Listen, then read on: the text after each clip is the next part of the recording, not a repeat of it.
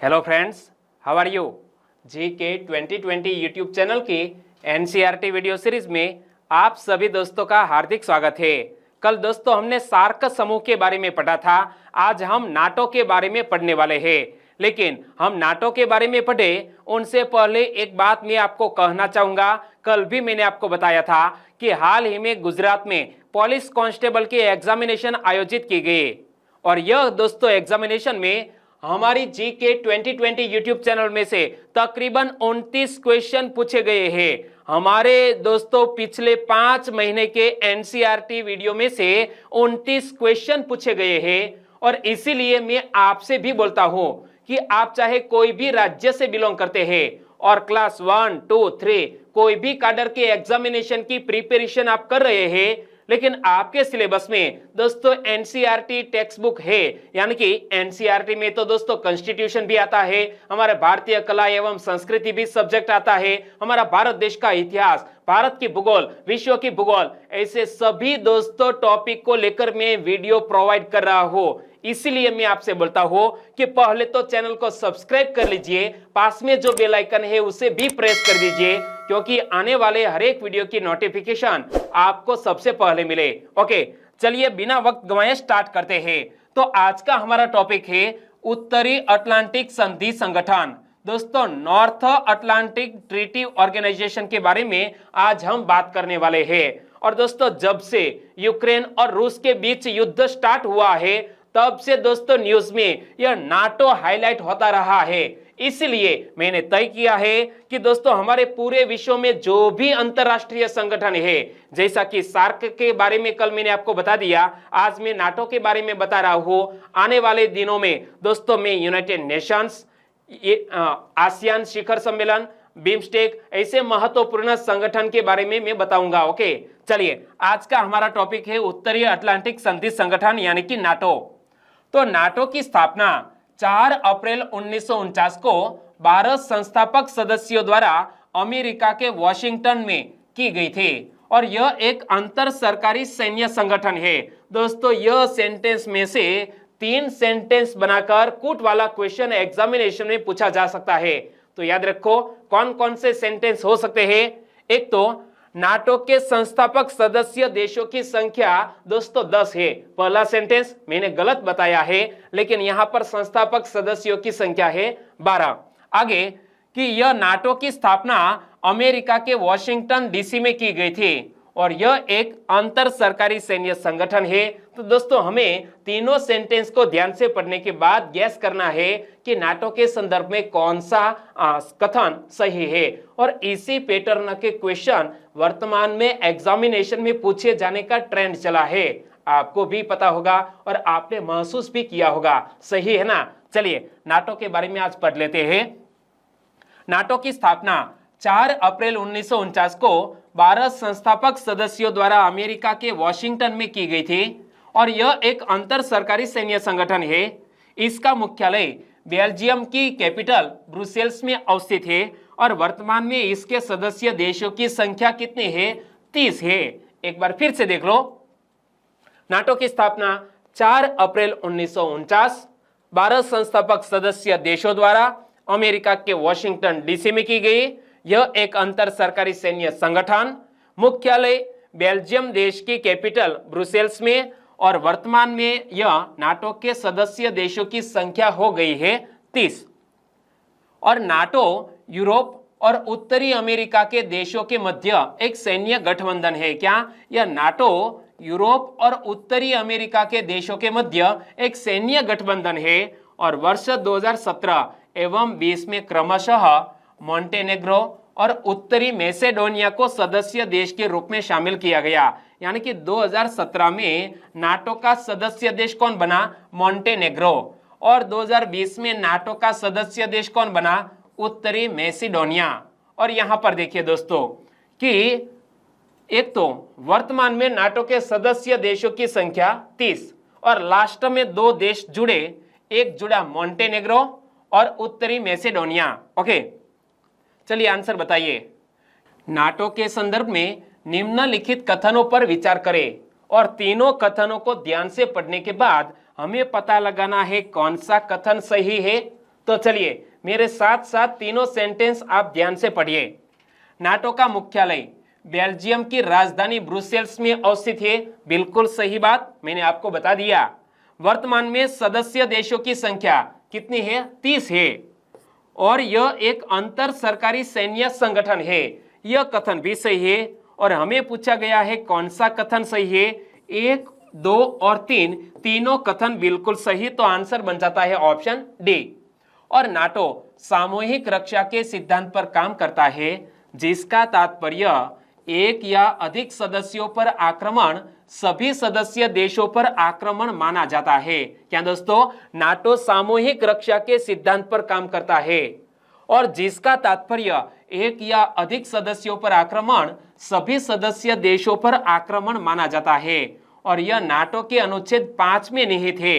इस अनुच्छेद को पहली बार संयुक्त राज्य अमेरिका पर हुए आतंकवादी हमले के बाद लागू किया गया था। तो अमेरिका पर आतंकवादी हमला कब हुआ था? 11 सितंबर 2001 को हुआ था, वर्ल्ड ट्रेड सेंटर पर हुआ था। और बाद में यह अनुच्छेद 5 में यह बात स्पष्ट की गई कि किसी एक सदस्य देश पर यदि आक्रमण होता है तो सभी सदस्य देशों पर आक्रमण माना जाएगा। और दोस्तों, यूक्रेन और रूस के बीच जो युद्ध चल रहा है, इनमें भी यूक्रेन कहता है कि प्लीज हमें नाटो में शामिल कर लीजिए। और दोस्तों, यूक्रेन पर यदि रूस आक्रमण करता है और यदि यूक्रेन नाटो का सदस्य देश है तो यह यूक्रेन पर आक्रमण नहीं बल्कि नाटो पर आक्रमण माना जाएगा। और सभी सदस्य यानी कि पूरे 30 देश रूस पर आक्रमण करेंगे। और इसीलिए यूक्रेन यानी कि वहां पर जो जेलेंस्की वर्तमान राष्ट्रपति है वो नाटो में जुड़ने के लिए यहां एक प्रस्ताव भेज रहे थे,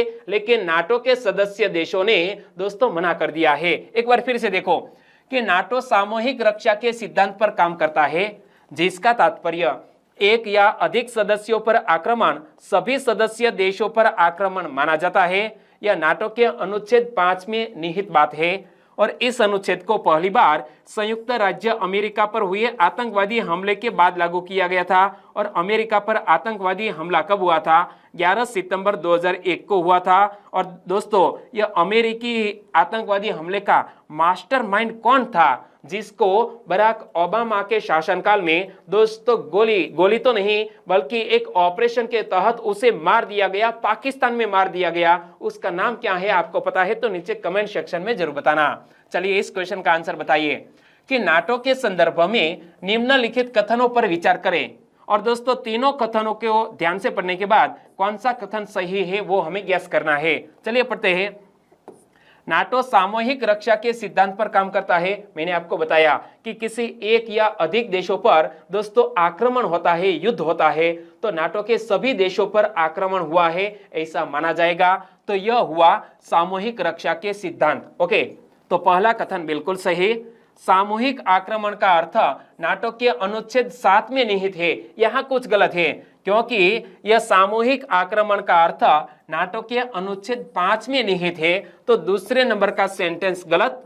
और राज्य अमेरिका पर हुए आतंकवादी हमले के बाद सामूहिक रक्षा का सिद्धांत लागू किया गया। यह बात भी मैंने आपको बताई कि सामूहिक रक्षा का सिद्धांत कब लागू किया गया? अमेरिका पर हुए आतंकवादी हमले के बाद। और कब आतंकवादी हमला हुआ वो डेट भी मैंने आपको बता दी। तो यह कथन भी बिल्कुल सही। और हमें पूछा गया है कौन सा कथन सही है, तो केवल 1 और 3 नंबर का सेंटेंस सही, तो हमारा आंसर बन जाता है ऑप्शन सी। नाटो में कोई भी निर्णय सभी यानी कि 30 सदस्यों के सामूहिक इच्छा के आधार पर लिया जाता है। क्या नाटो में यदि कोई भी डिसीजन लिया जाता है तो 30 सदस्यों के सामूहिक इच्छा के आधार पर लिया जाता है। और नाटो के सदस्य देशों का कुल सैन्य खर्च विश्व के सैन्य खर्च का 70% से अधिक है। बाप रे, यह नाटो के सदस्य देशों का कुल सैन्य खर्च विश्व के सैन्य खर्च का 70% से अधिक है, जिसमें अमेरिका अकेले अन्य यूरोपीय देशों की तुलना में अधिक खर्च करता है। एक तरफ अमेरिका और बाकी दोस्तों यूरोपियन कंट्री, यह सैन्य खर्च में सबसे अधिक खर्च करने वाला कोई कंट्री है तो वो है अमेरिका। एक बार फिर से देखो कि नाटो में कोई भी निर्णय सभी यानी कि 30 सदस्यों के सामूहिक इच्छा के आधार पर लिया जाता है। नाटो के सदस्य देशों का कुल सैन्य खर्च विश्व के सैन्य खर्च का 70% से अधिक है, जिसमें अमेरिका अकेले अन्य यूरोपीय देशों की तुलना में अधिक खर्च करता है। चलिए आंसर बताइए। नाटो के संदर्भ में निम्नलिखित कथनों पर विचार करें और 2 सेंटेंस है, दोनों को ध्यान से पढ़ने के बाद हमें पता लगाना है कि कौन सा कथन सही है। चलिए पढ़िए। नाटो में कोई भी निर्णय अमेरिका के मंतव्य के आधार पर लिया जाता है, गलत, क्योंकि नाटो में कोई भी निर्णय अकेले अमेरिका के मंतव्य के आधार पर नहीं, लेकिन नाटो के सभी सदस्य देशों यानी कि 30 देशों के मंतव्यों के आधार पर बहुमत से लिया जाता है। तो पहला सेंटेंस हो गया गलत। नाटो के सदस्य देशों का कुल सैन्य खर्च विश्व के सैन्य खर्च का 70% से अधिक है, तो दूसरे नंबर का सेंटेंस है सही। और हमें पूछा गया है कौन सा कथन सही है, तो केवल 2 नंबर का सेंटेंस सही। हमारा आंसर बन जाता है ऑप्शन बी। और नाटो का उद्देश्य क्या है, तो दोस्तों नाटो की स्थापना के समय प्रमुख उद्देश्य पश्चिम यूरोप में सोवियत संघ की साम्यवादी विचारधारा को रोकना था। राजनीतिक और सैन्य तरीकों से अपने सदस्य राष्ट्रों की स्वतंत्रता और सुरक्षा की गारंटी प्रदान करना है। दोस्तों नाटो की स्थापना किस उद्देश्य से की गई है, किस पर्पज से नाटो की स्थापना की गई है, वो मैं आपको बता रहा हूं। देखो, नाटो की स्थापना के समय प्रमुख उद्देश्य पश्चिम यूरोप में सोवियत संघ की साम्यवादी विचारधारा को रोकना था, और वर्तमान में यह राजनीतिक और सैन्य तरीकों से अपने सदस्य राष्ट्रों की स्वतंत्रता और सुरक्षा की गारंटी प्रदान करना है। इसके अलावा दोस्तों और भी उद्देश्य है, जैसा कि वर्तमान और भविष्य के खतरों से निपटने के लिए नवाचार एवं अनुकूलन के साथ साथ उपकरणों के निर्माण को प्रोत्साहित करना, सदस्य देशों के बीच एकजुटता और सामंजस्य की भावना पैदा करना, यूरोप में व्यक्तिगत स्वतंत्रता, लोकतंत्र, मानव अधिकारों एवं कानून के शासन के समान मूल्यों के आधार पर स्थायी शांति सुनिश्चित करना, अपने सदस्य देशों के क्षेत्र की रक्षा करना, और जब संभव हो तो संकट को कम करने के लिए भी प्रयास करना। किसी भी सदस्य देशों को राष्ट्रीय सुरक्षा के मामले में निर्धारित प्राथमिक उद्देश्यों को प्राप्त करने के लिए अपनी पूरी क्षमता का उपयोग करने के लिए मजबूर ना करना। अंतर्राष्ट्रीय स्तर पर उत्पन्न होने वाले नए खतरों से निपटने हेतु न केवल सामूहिक रक्षा प्रदान करना, बल्कि संकट की स्थितियों का प्रबंधन करने के साथ साथ सहकारी सुरक्षा को भी प्रोत्साहित करना इसमें शामिल है। समुद्र या समुद्र से संभावित खतरों से अपने सहयोगियों को रक्षा करने में मदद करना और आतंकवाद को किसी भी रूप में स्वीकार न करना, यह सभी नाटो के प्रमुख उद्देश्य है। एक बार फिर से पढ़ लेते हैं, क्योंकि करंट अफेयर में नाटो बहुत बार हाईलाइट हुआ है कि नाटो के उद्देश्य क्या है, किस उद्देश्य से स्थापना की गई है।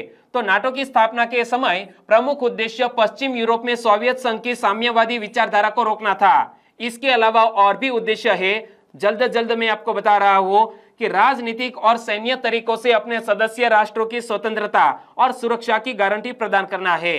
वर्तमान और भविष्य के खतरों से निपटने के लिए नवाचार एवं अनुकूलन के साथ साथ उपकरणों के निर्माण को प्रोत्साहित करना, सदस्य देशों के बीच एकजुटता और सामंजस्य की भावना पैदा करना, यूरोप में व्यक्तिगत स्वतंत्रता, लोकतंत्र, मानव अधिकारों एवं कानून के शासन के समान मूल्यों के आधार पर स्थायी शांति सुनिश्चित करना, अपने सदस्य देशों के क्षेत्र की रक्षा करना, और जब संभव हो तो संकट को कम करने के लिए भी प्रयास करना।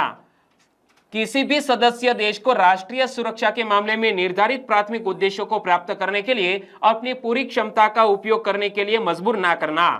अंतर्राष्ट्रीय स्तर पर उत्पन्न होने वाले नए खतरों से निपटने हेतु न केवल सामूहिक रक्षा प्रदान करना, बल्कि संकट की स्थितियों का प्रबंधन करने के साथ साथ सहकारी सुरक्षा को प्रोत्साहित करना भी यह नाटो के उद्देश्यों में शामिल है। समुद्र या समुद्र से संभावित खतरों से अपने सहयोगियों को रक्षा करने में मदद करना, आतंकवाद को किसी भी रूप में स्वीकार न करना।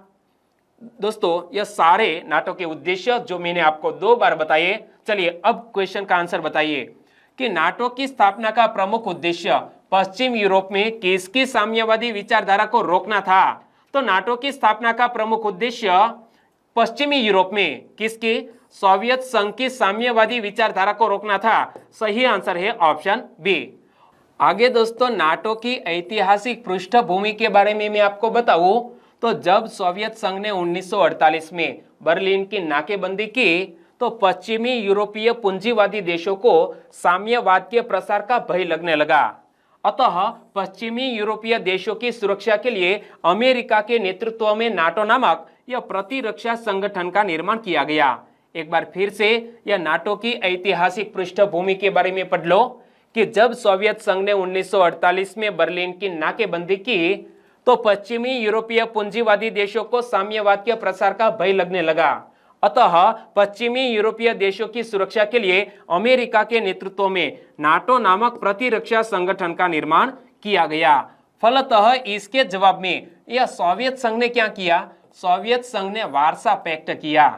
इस प्रकार शस्त्रीकरण को बढ़ावा मिला, जिसके कारण अमेरिका और सोवियत संघ के संबंधों में तनाव बढ़ता गया।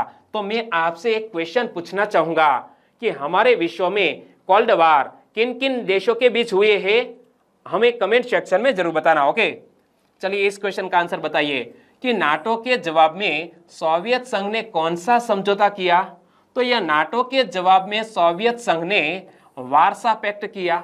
सही आंसर है ऑप्शन बी। अफगानिस्तान में शांति लाने के लिए दोस्तों नाटो ने कौन सा समझौता किया है वो देखिए कि 18 वर्षों से अधिक चले संघर्ष के पश्चात 29 फरवरी 2020 को अमेरिका और तालिबान ने अफगानिस्तान में हाल ही में शांति के लिए एक समझौता पर हस्ताक्षर किए हैं। अगर आतंकवादी इस समझौते को बरकरार रखते हैं तो नाटो सहयोगियों और अमेरिका 14 महीने के भीतर सभी सैनिक को वापस लेने पर सहमति जताएंगे। यानी कि दोस्तों हम सबको पता है कि यहाँ अफगानिस्तान में तालिबान और यहाँ नाटो के सैन्य के बीच जो युद्ध चल रहा है, अमेरिकी सैन्य के बीच जो युद्ध चल रहा है, तो जो बाइडेन ने अपने सैनिकों को वापस बुला लिया है और यहाँ अब तालिबान की जो सरकार बन गई है वो आपने न्यूज में देखा होगा। यह दोस्तों कुछ मंथ पहले की बात है। ओके, तो 18 वर्षों से अधिक चले संघर्ष के पश्चात 29 फरवरी 2020 को अमेरिका और तालिबान ने अफगानिस्तान में हाल ही में शांति के लिए एक समझौता पर हस्ताक्षर किए हैं। अगर आतंकवादी इस समझौते को बरकरार रखते हैं तो नाटो सहयोगियों और अमेरिका 14 महीने के भीतर सभी सैनिकों को वापस लाने के लिए सहमत हो गए हैं। और नाटो और भारत के संबंधों की बात करें तो भारत नाटो का सदस्य देश नहीं है। यह दोस्तों याद रखना कि हमारा भारत देश नाटो का सदस्य देश नहीं है, लेकिन अमेरिकी सीनेट ने भारत देश को नाटो सहयोगी देश का दर्जा देने के लिए विधेयक पारित किया है। अतः अमेरिकी सीनेटर ने हथियार निर्यात नियंत्रण अधिनियम में संशोधन की मांग की है। और दोस्तों किसी भी कंट्री को नाटो का सहयोगी देश घोषित किया जाता है तो अमेरिका ऐसे देशों को अपने हथियार निर्यात कर सकेगा। इसके पहले अमेरिका यह दर्जा इजरायल और दक्षिण कोरिया को दे चुका है। एक बार फिर से पढ़ लीजिए कि नाटो और भारत के संबंध क्या है। तो भारत नाटो का सदस्य देश नहीं है, लेकिन अमेरिकी सीनेट ने भारत देश को नाटो सहयोगी देश का दर्जा देने के लिए विधेयक पारित किया है। अतः अमेरिकी सीनेटर ने हथियार निर्यात नियंत्रण अधिनियम में संशोधन की मांग की है। इसके पहले अमेरिका यह दर्जा इजरायल और दक्षिण कोरिया को दे चुका है। चलिए आंसर बताइए कि नाटो के संदर्भ में निम्नलिखित कथनों पर विचार करें। और दोस्तों 2 सेंटेंस है और कौन सा कथन सही है वो गैस करना है। तो चलो पढ़ो। भारत भी नाटो का सदस्य देश है। गलत, भारत नाटो का सदस्य देश नहीं है। इजरायल और दक्षिण कोरिया नाटो का सहयोगी देश है। जी हाँ, इजरायल और दक्षिण कोरिया नाटो के सहयोगी देश है। तो दूसरे नंबर का सेंटेंस सही। और हमें पूछा गया है कौन सा कथन सही है? केवल 2 नंबर का सेंटेंस सही है, तो आंसर बन जाता है ऑप्शन बी। और दोस्तों संकट प्रबंधन अभ्यास 2019 संस्करण यह नाटो के सदस्य देशों के बीच आयोजित किया गया एक युद्ध अभ्यास है जिसका नाम है संकट प्रबंधन अभ्यास 2019 संस्करण। क्राइसिस मैनेजमेंट एक्सरसाइज 2019 शॉर्ट में CMX 2019 भी कहा जाता है। यहां से क्वेश्चन निकल सकता है कि कौन सा युद्ध अभ्यास नाटो नामक संगठन करता है।